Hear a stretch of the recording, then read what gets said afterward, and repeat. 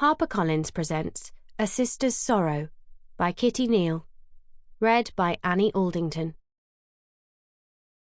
For my husband, sweet love of mine and best friend too, I'm blown away by all you do.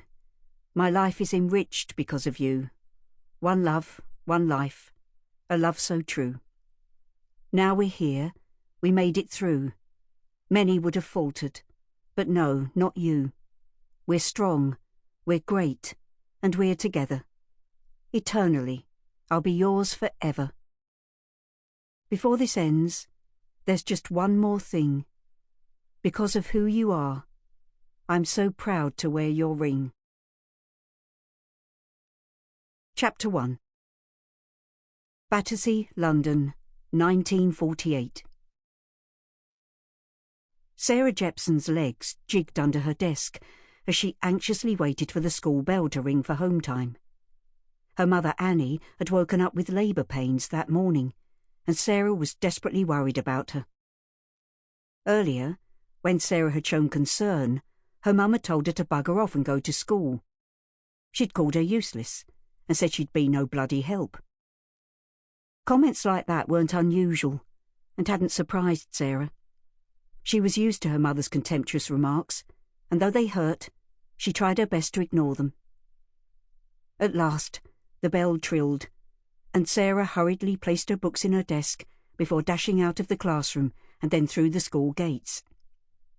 Dirty rainwater splashed the backs of her skinny legs as she ran through the narrow streets of run-down terraced houses. I wish I could fly, she thought, sprinting as fast as she could as her thin coat billowed out behind her. It was at least 2 sizes too small, so she couldn't button it up. It did little to keep out the chill of the cold October wind, or protect her from the hammering rain. Sarah didn't care about the stormy weather. She just wanted to get back home and silently prayed that everything would be all right this time. She finally arrived at the staircase of the tenement block, then paused as she caught her breath. Her heart was pounding in her chest, and her long dark hair hung like wet rats' tails.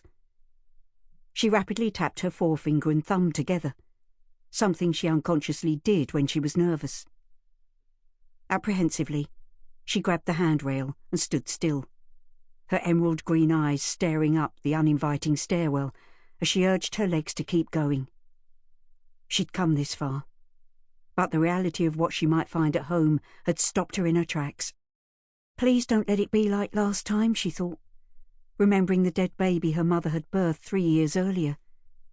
Mrs. Brown, a neighbour upstairs, had taken the baby away, but Sarah could still picture his wrinkled little face and shivered at the memory of his limp, scrawny body.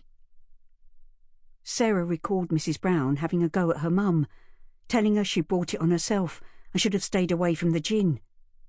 She told her scornfully that she didn't deserve to be a mother and had murdered her own child.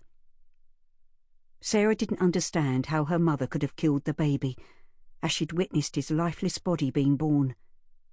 As she'd listened to Mrs. Brown, Sarah had seen her mother glaring at the woman. She had seen that vicious look in her mum's eyes before, one that she'd now become accustomed to receiving. It was in sharp contrast to the look of pity in Mrs. Brown's eyes as she carried away the dead baby and said a solemn farewell to Sarah. She wasn't sure what she disliked most, the hateful stare from her mother or the look of pity from their neighbour. A distant scream echoed through the tenement, piercing Sarah's thoughts. She knew immediately that it was her mother and flew into action. She took the stairs 2 at a time, then she heard her cry out again, which drove Sarah even faster up the 3 flights. Please live, her mind raced. Please let the baby be alive. The front door was wide open. Sarah ran in, then pushed it closed behind her. The room was dark, but she could see her mother lying on her filthy mattress on the floor, panting hard. As Sarah got closer, she noticed beads of sweat running down her mum's face, even though the room was cold. "Get this bloody thing out of me!" her mother screamed, and gripped the holey blanket that was covering her legs. "I don't know what to do," Sarah cried in a blind panic. Sample complete. Ready to continue?